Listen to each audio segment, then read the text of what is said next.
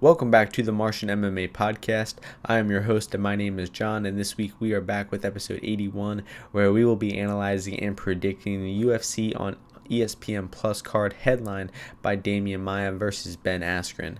This card will take place from Kelang, Singapore, which means it'll be an early card for most of us, especially Americans, with the 6-fight prelim card starting on ESPN Plus at 5 a.m. Eastern Time, with the 5-fight main card starting on ESPN Plus at 8 a.m. Eastern Time. So a bit of a shorter card this week, only 11 fights to analyze, but with that being said, we are going to dive right into the first fight. So starting things off in the heavyweight division, we have Rafael Pessoa, who is 9-1, taking on Jeff Hughes, who is 10-2.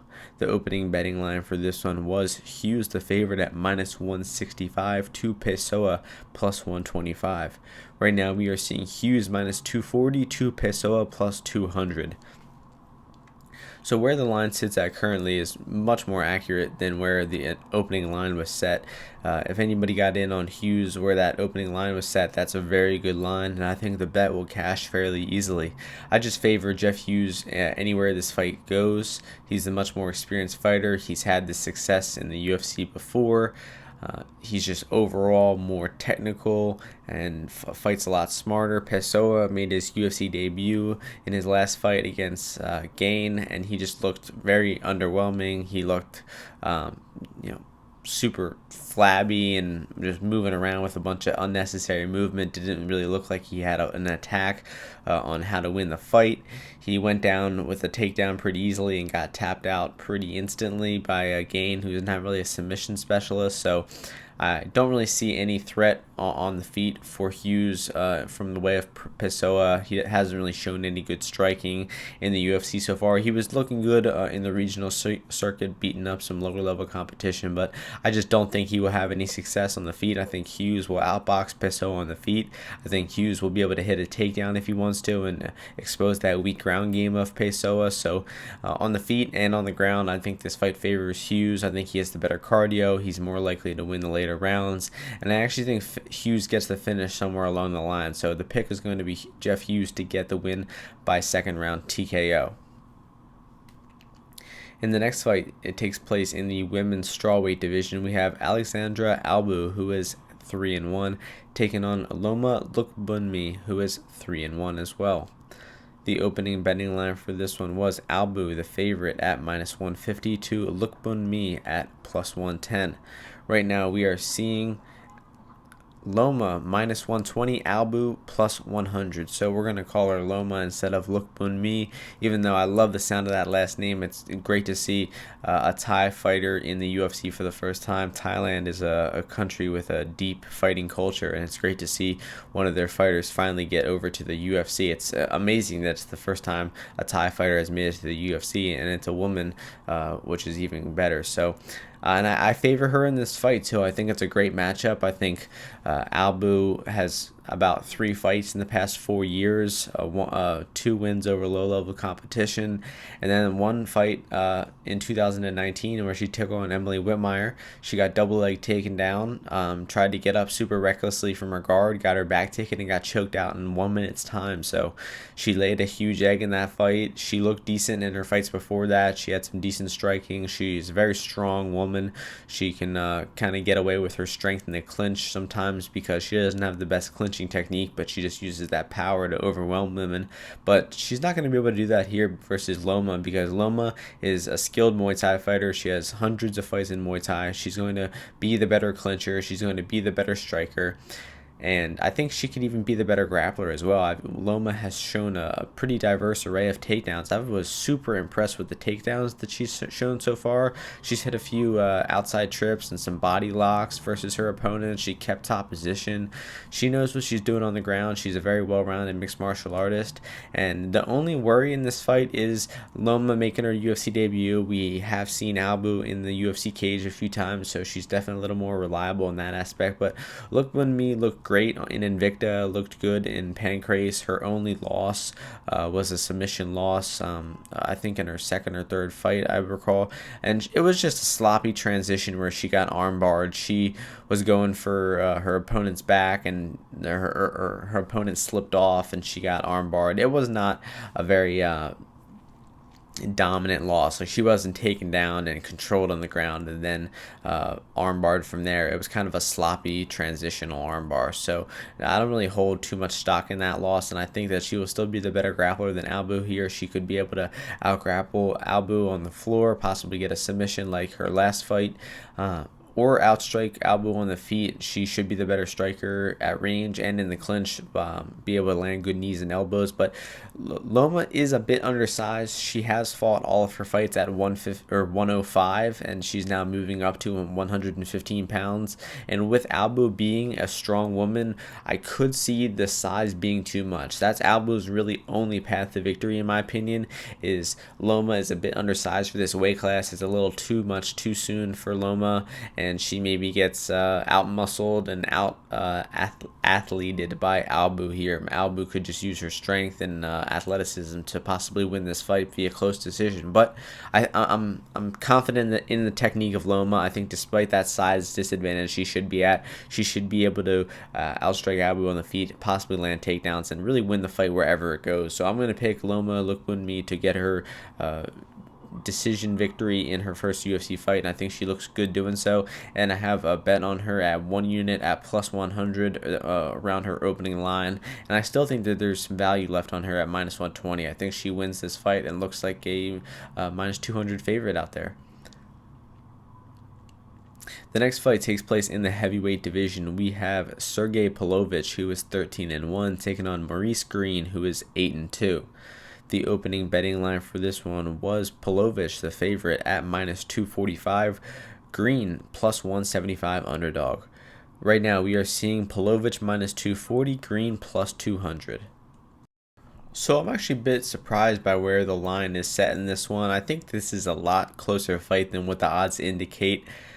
Palovich is a bit of a tough read, in my opinion, because he looked good in the regional circuit, fighting some pretty good competition over in Russia, over in the Fight Nights Global promotion. He was showing good stand-up. He had pretty good boxing, power in his hands, good takedowns and ground and pound, and he was actually, I think, maybe a slight favorite over Alistair Overeem in his UFC debut.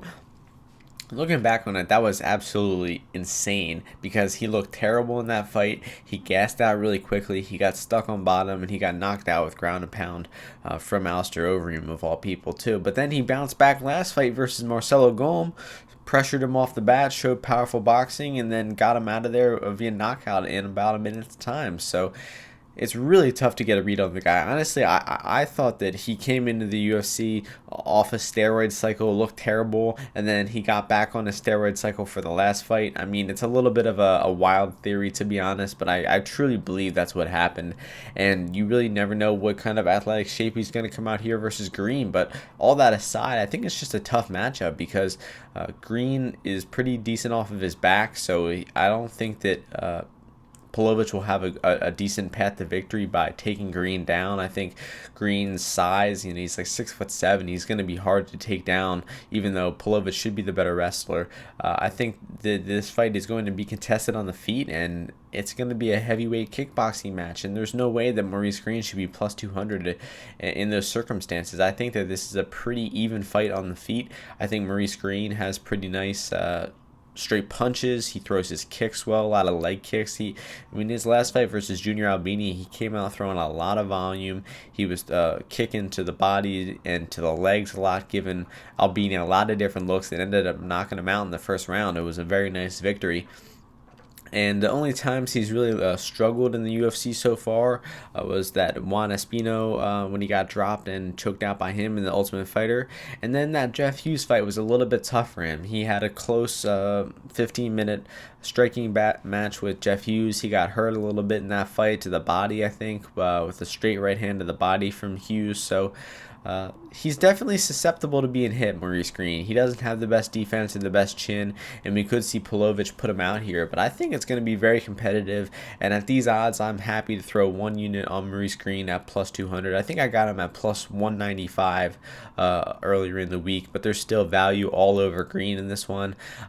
Maybe I'm falling in love with the price a little bit, but I'm going to go ahead and pick Maurice-Greene to win the fight as well. I just think that he has the more offensive tools, and if this fight stays in the feet for multiple minutes, I think that we'll start to see Greene use that diverse striking arsenal to outstrike Palovich. And if this fight goes into the second and third rounds, I really favor Greene. I think he has the better cardio. He's shown that he can go the distance in the UFC so far, while Palovich hasn't and doesn't have as much experience in the later rounds. So I'm going to pick Greene to take over late and to get the second round knockout in this one. So the pick is Greene, and there's certainly value on him of plus 200. The next fight takes place in the featherweight division. We have Enrique Barzola, who is 16-4-1, taking on Pessoa-Hughes, who is 11-0. The opening betting line for this one was Evelev, the favorite, at minus 190 to Barzola, the plus 150 underdog. Right now we are seeing Evelev minus 185, Barzola plus 160. So the early action came in on Barzola, and I was actually able to get Pessoa-Hughes at a surprising price of minus 120, and it was a shocking line, to be honest. I think I put 2 or 3 units down on it, and it's just a really favorable fight for Evelev in my opinion. Barzola, hell of a fighter. He's got great takedowns, great pace. He's a very exciting guy to watch in the cage. He very rarely has a boring fight. You just have to appreciate his grappling skills, and he's just a little outmatched in this fight because Evelev is the better grappler. He comes from that Russian wrestling background, that Sambo background. He has fought over in really good promotions in Russia, specifically M1 Global. He's beaten high-level grapplers over there. He looked a little underwhelming in his UFC debut, I will say. He took on Sung-Woo Choi, and he was able to dominate the fight, but just not in the way you wanted to see. I mean, he wasn't able to establish dominant position. He didn't really beat the brakes off of Choi. He didn't really show his full arsenal, I believe. I think he just kind of grinded out Choi against the fence for most of that fight. It wasn't a very exciting performance, but when it comes down to this matchup, I think we're going to see the two of them grapple because Barzola will probably be the better striker on the feet, to be honest. He's improving his striking fight to fight, and we just very rarely see Evelev strike, excuse me. Over in the M1 Global promotion, he boxed occasionally. He threw some ground and pound occasionally, some clinch striking every now and then, but he was not the type of guy to stand at range for multiple exchanges. He really likes getting inside, getting to those takedowns, and Barzola does too. He's a little more comfortable at range. That's why we'll say that Barzola is the better striker of the two. But the better grappler, I think we will start to see that Evelev is the better guy. He will be the one getting top position. I think when Barzola shoots on him, Evelev will be able to stuff the shots. He will be able to reverse position, get top position himself, maybe even put Barzola in a submission of some type. So I think that this fight will be a very entertaining grappling fight on the ground for maybe the first few minutes, maybe the first round, but then we're just going to see Evelev start to neutralize Barzola. He's going to start keeping him on the ground and maybe laying him out in half guard, slowly passing his guard and looking to establish a dominant position and get this submission. I don't think he will. I think Barzola is scrappy enough to not get submitted, and he will just be 1 or 2 steps behind in the grappling as long as the fight goes. So the pick is going to be Evelev. I think he gets it done by decision, but where the current price is, I think it's a pass, to be honest, because when I got Evelev at that minus 120, those were good odds. I think his chances of winning this fight are around like 60%, maybe a little higher, but where the line is at now, minus 185, that's getting up to 65% implied probability, and you got to respect Barzola. He has the more UFC experience by far. He pushes a super high pace. The guy's got cardio for days. He will be able to grapple for 15 minutes, so if Evelev is the one getting tired after 7 or 8 minutes, we could see Barzola take over late, or we could see Barzola get back to his feet and then outstrike Evelev as this fight fight goes. So it's a close fight. It really is. I'm really looking forward to it. I'm happy with that action I got in on Evelev with the price that I did, but where the current line is at, I think it's a Barzola or pass, dog or pass situation. So I'm really looking forward to this fight. I think it should be a really interesting grappling fight. One of my most anticipated fights of the card. The pick is going to be Evelev to win 29-28 decision. The next fight takes place in the lightweight division. We have Rafael Fiziev, who is 6-1, taking on Alex White, who is 13-5. The opening betting line for this one was Fiziev as the -185 favorite to White the +145 dog. Right now we are seeing Fiziev -190, White +165. So more action coming in on the favorite Fiziev's way, although there is a bit of two-way action coming in on this fight. I think it's a little closer than the odds indicate again. I think that maybe Alex White is getting a little bit disrespected in this line. I mean, Fiziev, only 7 pro MMA fights. He's 0-1 in the UFC. He got knocked out in his UFC debut by Magomed Mustafayev, got spinning back kicked and TKO'd about 90 seconds into the fight.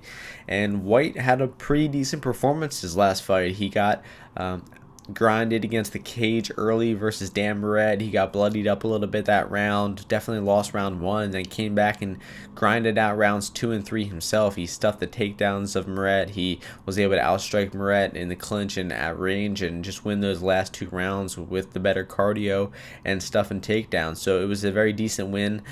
But overall, White has not looked very good lately. He got knocked down and choked out by Jim Miller in about 90 seconds in the fight before that. He lost the decision to James Krause. So Alex White really hasn't had a very decent win on his record in a while, and I think Fiziev is a very tough matchup for him because at range, Fiziev will be the better striker. He comes from a Muay Thai background. He's an orthodox striker. He's pretty low output, but he just throws with power in every shot. He throws hard punches. He throws good kicks. Got really good kicking technique. I will say that. I really enjoy watching the guy strike on the feet from that Muay Thai background, and he is training over at Tiger Muay Thai, one of the best gyms on that side of the world over there. There aren't too many high-level MMA gyms that draw high-level fighters to those gyms, but Tiger Muay Thai is one of those, and that's where most of our Evelev is doing his camp as well. I'm sure he's splitting his time in between Russia and Tiger Muay Thai, but I did see some clips of Fiziev and Evelev training together, so I think that Fiziev's grappling will be on point for this one. He definitely knows that his grappling is his weakness, and because he comes from that striking background. So it seems like Fiziev is working on his overall MMA game, and White is not really a high-level grappler either. I don't think that he will have an easy time taking Fiziev down. I don't think he has the top control to hold Fiziev down. I mean, maybe we could see some transitional submission like a choke or guillotine or something like that from White, but overall I think this fight stays in the feet, and I think that Fiziev will start to outstrike White as the fight goes. But in terms of the betting window, I just don't see much value on Fiziev at this price. I mean, I do think he will win the fight. I'm going to pick him to win a decision 29-28, but where the current betting line is, it's definitely a dog or pass situation. Fiziev's cardio is relatively unknown. He did not look good in his debut, and I'd say he's not the more well-rounded mixed martial artist in this spot either, so it's hard laying that chalk. That's why I'm going to go ahead and say it's a dog or pass situation, even though the pick is going to be Fiziev by decision. So should be another fun fight here, but we're moving on to the next fight, which would be in the women's strawweight division. We have Randa Markos, who is 9-7-1, taking on Ashley Yoder, who is 7-4. The opening betting line for this one is Markos, the -215 favorite, to Yoder, the +165 dog. Right now we are seeing Markos -155 to Yoder at +135. So much more action coming in on Ashley Yoder's way, and I agree with that 100%. I think that where that opening line was set was way too high in favor of Randa Markos. I believe she is taking this fight on pretty short notice. I want to say like 2 or 3 weeks short notice, and that means that she will probably be at a bit of a cardio disadvantage in this one. And I think Yoder has been just looking more and more impressive lately in the UFC. I mean, her last victory over Suri Kondo was a 30-24 on all 3 scorecards. I think she 10-8'd every single round, took down Kondo, dominated her on the ground. Before that, she won a close decision over Amanda Bobby Cooper. It was a very debated fight in that one on who won that. But it shows that she's bouncing back from that three fight losing streak that she had earlier on in her UFC career, and she's making big improvements. Meanwhile, Markos, I haven't seen any improvements for her in a while. I mean, I guess she looked good in that fight versus Angela Hill, was able to take her down, hold her down with her top pressure, and get the submission in that one. But her loss versus Claudia Gadelha a few months ago was an embarrassing performance. She showed no aggression. She barely shot for any takedowns. She threw no strikes in the feed. It was just a terrible performance, and she got dominated on the scorecards basically by Claudia Gadelha in that one. So in terms of their career trajectories, I think that Yoder's still improving a lot fight to fight, while Markos is kind of stagnant, possibly declining. And in terms of the matchup, I really just think Markos needs takedowns in this one or she loses. And it's going to be difficult for Yoder to stop those takedowns because Markos actually does have pretty decent wrestling, probably some of the best female wrestling in the UFC. But I think Yoder will be up for the test. I think she can stuff the takedowns, then she will win the fight in the clinch, and she will also definitely win the fight at range. I definitely give the edge to Yoder at range to be the better striker. She's a southpaw. She can land some nice straight punches. She got a nice straight left hand, some decent kicks as well. So at range, I really favor Yoder. Even in the clinch, I think Yoder will find a way to land some hard knees, elbows, and break the clinch. So in my opinion, it's Markos is going to need the takedown to win this fight, and sometimes she gets the takedown in round 1 and then isn't able to get it in rounds 2 and 3 and gasses out. That's a possibility here with the short notice factor. Sometimes she can't get that takedown at all and just gets butchered on the feet like she did versus Gadelha. So I just think Yoder has more ways to win this fight. I favor her a little more because of that advantage she should have in the cardio, because she knew about this fight for longer. I favor the fact that her career seems to be going in a more upward trending direction, and just like her better in this spot as a fighter. So I'm going to go ahead and pick Ashley Yoder to cash as that underdog. I was able to get in, I think, 2/3 of a unit at plus 165. Still think there's a little bit of value on her at plus 135. I think that this fight could arguably be a pick'em with maybe even Yoder as the favorite. So the pick is going to be Yoder to get this one done by 29-28 decision. Now moving on to the main card, the first fight in the evening, or in the morning actually, will be in the welterweight division. We have Muslim Salikov, who is 15-2, taking on Dariush-Starapoli, who is 9-1. The opening betting line for this one was Salikov the favorite at minus 230 to Starapoli as the plus 170 underdog. Right now we are seeing Salikov minus 150, Starapoli plus 150. So more action coming in on the dog Starapoli in this spot, and I agree with it. I think that Salikov is the rightful favorite. Should be a pretty decent favorite. Maybe, I think where the line is set now is actually dead accurate. Salikov minus 170, Starapoli plus 150, because Salikov is the better striker of the two. He's got the more MMA experience. He doesn't have the best takedown defense or ground game, but I don't think that that'll come into play in this spot, because Starapoli has only shown one takedown in the UFC so far, and that was a takedown versus Alves. I don't think he got much top control over it, and I would be really surprised for him to see Starapoli attempt takedowns in this fight, because even though Salikov doesn't have the greatest takedown defense or ground game, he does, I think, come from a sambo background, or maybe it's a savate background or some weird kickboxing background. I'm not really sure. I think the guy's ground game will be good enough to deal with Starapoli's, though. It's going to be a kickboxing match, and to be honest, I think that Salikov might need the knockout in this one, and I think he has a good chance to get in the knockout because he has real accurate striking. He's real powerful. His overhand right has a lot of power in it. Knocked out Nordin Taleb with the last fight. He's got great spinning back kicks as well. One of the few guys who can actually time and use his spinning back kicks effectively, because he's got that background in kickboxing or something like that, as I was mentioning earlier.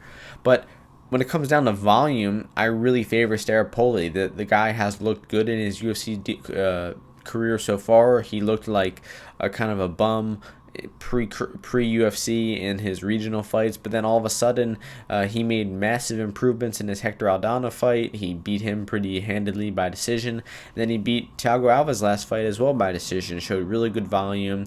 Still has a little bit of trouble with leg kicks, I will say. He does not check leg kicks very well. Doesn't have the best boxing defense. So that's why I think Salikov will find a home for his punches of some sort and land those hard shots on Starapoli and eventually get the knockout. I could see Salikov just landing the harder strikes of the round and winning a decision. But if this fight goes to the decision, I really favor Starapoli. I think if the fight goes to the decision 10 times, Starapoli probably wins 7 out of 10 times. While if the fight ends inside the distance, I think Salikov is the one getting the finish 7 or 8 out of those 10 times. So, bit of a complicated example. I think Salikov will find a home for that the right hand at some point and put Starapoli out. I like what I've seen from Starapoli so far. The guy's making improvements. I think that he's worthy of being in the UFC, and he could honestly pull this fight off. He could get this victory by avoiding that big power shot of Salikov and out-voluming him to a decision. But I'm just going to side with Salikov's experience, his accuracy, and his power. I think he finds a home for that right hand and gets the finish. So the official prediction is going to be Salikov by second round TKO. The next fight takes place in the heavyweight division. We have Ciryl Gane, who is 4-0, taking on Gane-Mayes, who is 7-2. The opening betting line for this one was Gane minus 350, Mayes plus 250.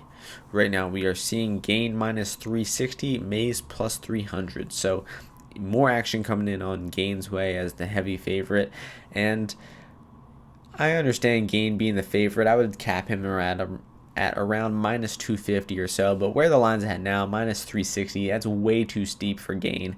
This fight is low-level heavyweight at its finest.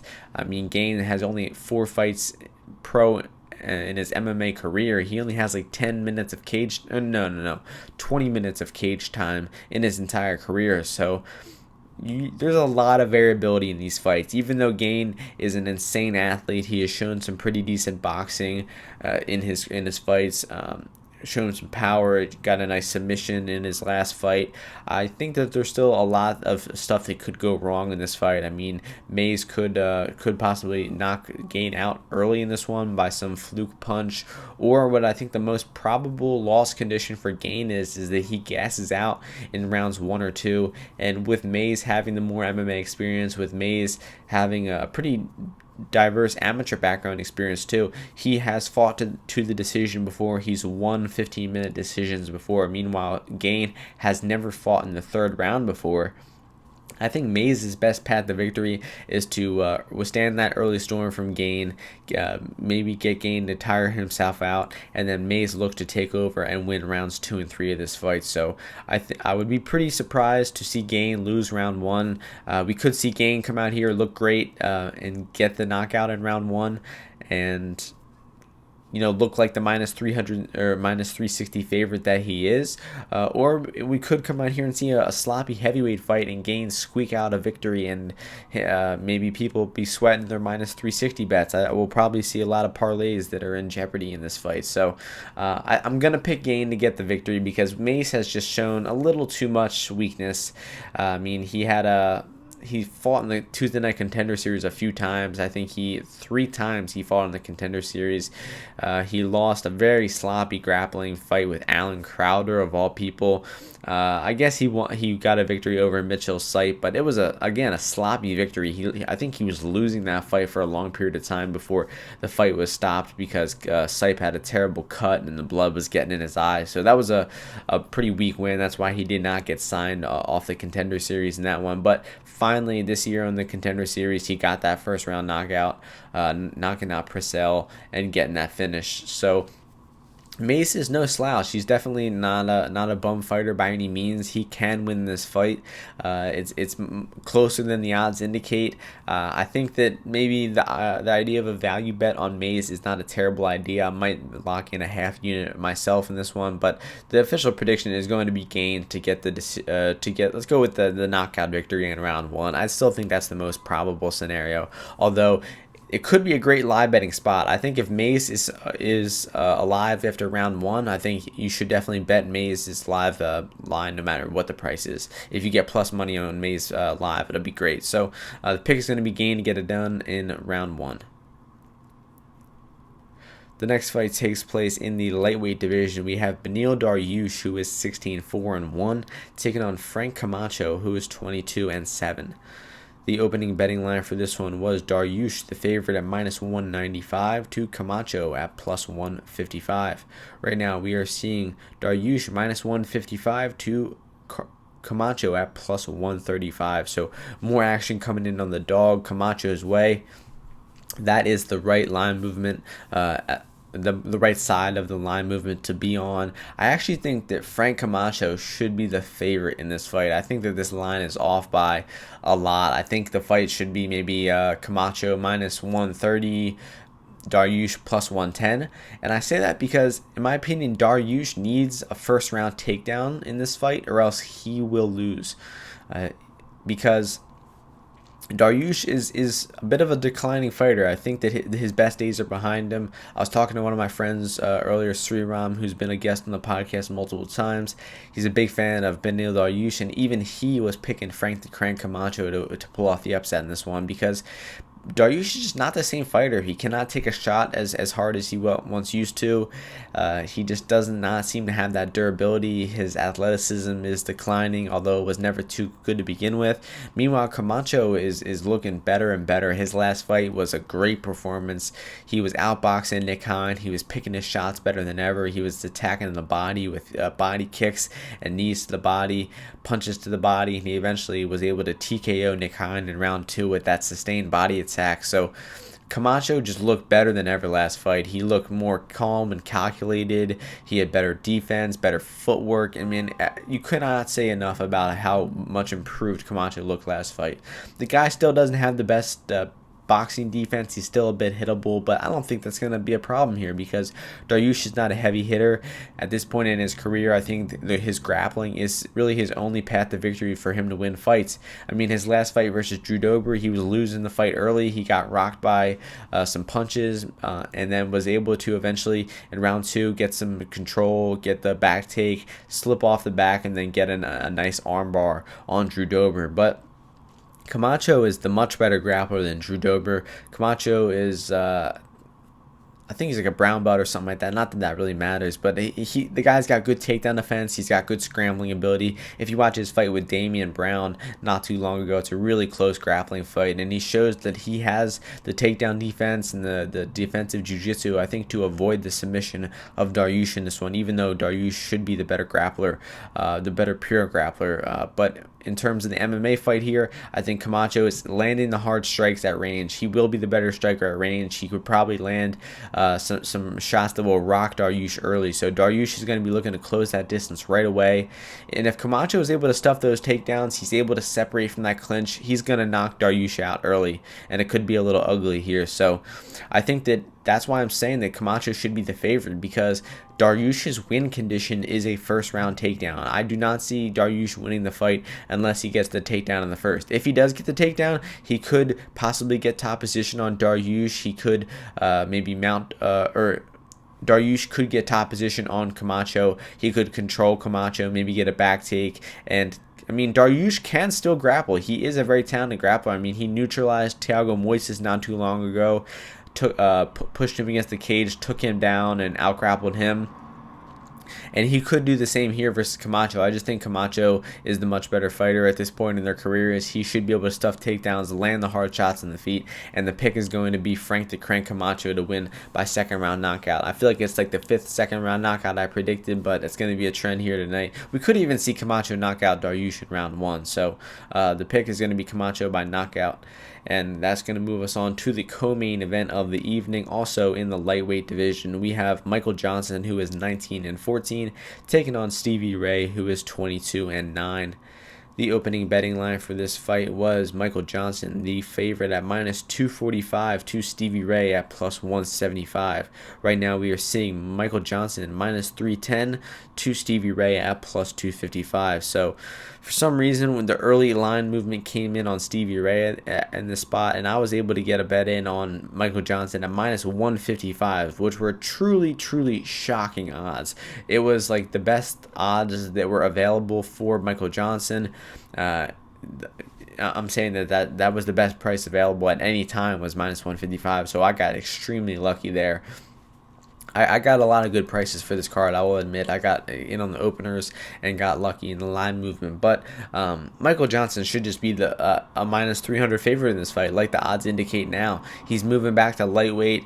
Stevie Ray is coming off of that knockout loss versus Leandro Santos. Is that the guy's name? Yeah, Leandro Santos.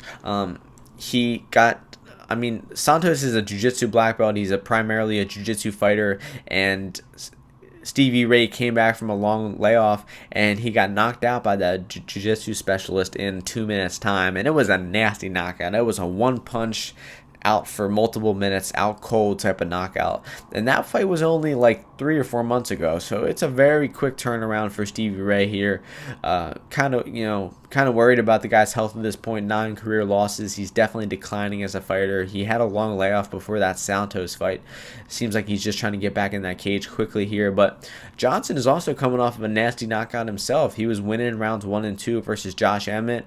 Round 3, he started to maybe tire out a little bit. Emmett started to find his range a little more, and then Emmett was able to land an overhand right and knock out Michael Johnson stiff. Both of these guys were knocked out stiff by overhand rights in their last fight. So just getting down to it, though, I think Michael Johnson is still the much more capable fighter at this point in their career. In my opinion, Ray will need a takedown or a submission of some sort to win this fight, and he is a skilled grappler.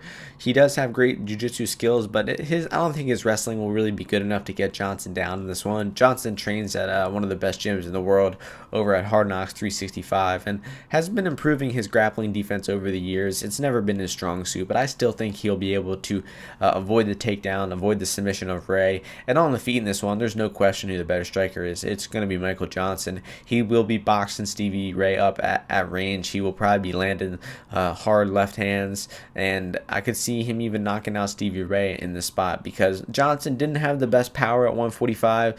Moving back up to 155 probably is more natural weight class. I think we're going to see that power come back from Johnson, and with the defense and the chin issues of Ray, I really think that Johnson steamrolls his fight and eventually gets the knockout. So we're picking the trend again. We're going with another second round knockout in this one. Michael Johnson's going to get the second round knockout versus Stevie Ray in this one. Would be pretty shocked to see Ray win the decision or win this fight in any fashion. So the pick is going to be Johnson. And in the main event of the evening, in the welterweight division, we have Gane-Mayes, who is 27-9, taking on Ben Askren, who is 19-1. The opening betting line for this one was Askren, the favorite, at minus 165 to Maia, the plus 125 underdog. Right now, we are seeing Askren minus 185 to Maia plus 160. So the early action coming in on Ben Askren in this one, and that's the right side to be on. Actually, some two action did come in on Maia early. Some people are definitely betting Maia in this spot, but this is going to be a hell of a grappling fight, to be honest. Rounds 1 and 2 should be really close grappling exchanges. There should be some great takedown attempts, some scrambles going on from Askren. These two guys need no introduction, but I will give them a short one. Either way, Gane-Mayes, one of the greatest grapplers of all time in MMA history, has got like some of the most wins and submissions in UFC history. He holds all types of records. The guy's been around for 15 years choking people out, and he's still doing his damn thing. Ben Askren, former national champion wrestler, All-American Olympian, transitioned over to MMA a few years back, finally made his way into the UFC after being in Bellator and won and having some contract issues for a while. Has had a pretty underwhelming UFC career so far, though. His fight, he's come out diving for the legs of both of his opponents so far, and both times it cost him. His first fight, he got thrown on his head versus Robbie Lawler, almost knocked out cold, was able to recover, get in on a takedown, get a bulldog choke, and get his first win in controversial controversial fashion. And then in his last fight, one of the most notorious fights of all time, the fastest knockout in UFC history, he charged Jorge Masvidal with his head down, leaving himself open for a flying knee and getting knocked out stiff in one of the, I'd say probably the most brutal knockout in UFC history. And here we are 3 months later, and Askren is already back in the cage. It's pretty astonishing to see that Askren is back this soon. And Damian Maia, whether you know it or not, is on a 2-fight win streak in 2019. He maybe even 3. I think he choked out Condit not too long ago too. Although no, that was like 3 years ago. I'm tripping. He has struggled against, Damian Maia has struggled against wrestlers in his career, though. You look at some of his most recent losses: Tyron Woodley, Colby Covington, Kamaru Usman. All 3 of them are wrestlers. I mean, 3 of the highest level fighters in the division. There are no shame in those losses. All 3 of those guys have beaten some of the best welterweights in the world, but Maia nonetheless did struggle with them. Picked up some nice victories over Lyman Good and Anthony Rocco Martin. Not really the wrestling type, and he was able to get his game going, get his single legs, get his back takes, and choke out Lyman Good. Was able to win rounds 1 and 2 versus Rocco Martin and get the decision in that one. But getting down to how the matchup plays out, I just think that this fight might have been a lot closer maybe 5 years ago for Maia, but Maia's 41 years old. He's been around for a long time, and I think that unfortunately his best years are behind him, and I think that Askren will be the better grappler in the spot. He will. It's going to be interesting to see the dynamic of this fight, because they're going to start off on the feet, of course, and Maia should be the better striker at range. He should be able to maybe land some straight punches. Meanwhile, Askren really has no interest in striking. He throws an overhand right, he gets into the clinch, he maybe knees you one time, and then he looks for the takedowns. And Maia is usually the one shooting takedowns on his opponents, but he won't be able to do so here because Askren is the much better wrestler, and every time that the Damian Maia faces a better wrestler, he has his takedown stuffed easily. I mean, watch the Colby Covington fight, the Kamaru Usman fight, the Woodley fight. He went like 0 for 49 in takedowns in all those fights because those guys just stuffed his takedowns. It's jiu-jitsu level takedowns. These are high level wrestlers stuffing jiu-jitsu level takedowns. It's easy for them, and Askren will be able to easily stuff the shots of Maia. Maia's got crafty ways of getting the fights to the floor, though. I mean, he pulls guard, he gets half guard, he looks to sweep from half guard. He does all types of crafty maneuvers, but Askren is very aware of that. He's studied Maia for years now. He's been talking about this matchup for a while, and I'm sure that he will come in very prepared for this fight. He will know Maia's whole bag of tricks, and he will avoid them quite easily, I think. So in rounds 1 and 2, we could see some close scrambles. We might see Askren put in some bad positions. I think it's entirely possible for Damian Maia to get the submission in this one, but he's going to need a back take. He's going to need a very dominant position on Ben Askren, because Askren, a world-class wrestler, great scrambles. He's super hard to hold down. It's going to be impossible for Maia to hold Askren down unless he has a back take. If he's in side control or half guard or full mount, Askren's going to find a way to escape likely, and Maia's going to need a back take to win the fight, in my opinion, because he's not going to be able to win 3 rounds versus Maia. He would have to control Askren for all 3 rounds with back takes. I don't see that happening, and he's going to need a submission basically. So it's basically maybe a 30% chance, 30 to 35% chance that Maia gets that first or second round submission. But the much more likely scenario is we see Askren scramble to top position, avoid the submission, lands that pitter-patter ground and pound shots on the floor, because that's a huge difference between these two. Is Askren throws ground and pound. He's got great hand fighting. He can sit in your guard and smash you with ground and pound in a very creative way. But Maia does not throw ground and pound, and that's going to be a big difference between the two. He relies on his position, and it's just going to be super hard to get position on Askren because his scrambling ability is so good. So it's a super intriguing fight. I'm really looking forward to it. Unfortunately, I think that Ben Askren will win the fight pretty handedly. I think that maybe Maia wins round 1 or 2, but then we start to see Askren take over. He has the better cardio. He's the better athlete at this point in their career. He will probably land the takedowns in rounds 3, 4, and 5, stay on top of Maia, and possibly make it boring. Maybe he'll just stall on top and just land in pitter-patter ground and pound shots and winning the rounds and winning this fight by decision. or he could turn the pace up and look to finish Maia himself. I mean, Maia has taken a beating in some of his most recent fights. I mean, you look at that fight versus Colby Covington, he got beat within an inch of his life. I mean, he was bloodied, he was hurt bad, he just failed those takedowns so bad, ended up on his back and got smashed with ground and pound. But I think Colby's ground and pound is a little more vicious than Askren's. I don't think Askren gets the finish in this one. I think that Askren probably wins rounds 2, 3, 4, and 5, and we're going to see a 49-46 decision victory from Ben Askren in this one. So all those early bettors who came in and bet on Askren at the price of maybe minus 125 to minus 185, where the line is at now, anybody who got Askren at that price, it seems like a good bet. I think he should win the fight. He should probably cash that ticket pretty easily, and the pick is going to be Askren to win by decision. So bit of a short podcast this week because we only had 11 fights to break down, but there's some good value in these fights. We'll track all my bets on Bet MMA Tips, that you can find that page and link in the YouTube description and the Twitter description at UFO_UFC. I'll just give a quick rundown of the bets of the ones I know so far. 1 unit on Lookbunmi plus 100, 1 unit on Greene plus 195. I believe we have 3 units on Pessoa-Hughes at minus 120. We have 1.5 units on Muslim Salikov at minus 130. We have 2 units on Frank Camacho at plus 145.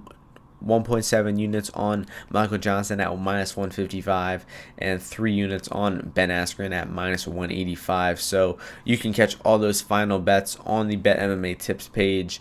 That's where I will track all the bets, and that'll do it for this week. So we will see you all next week before UFC 244. Hope you all enjoy the card and have a good weekend. Peace.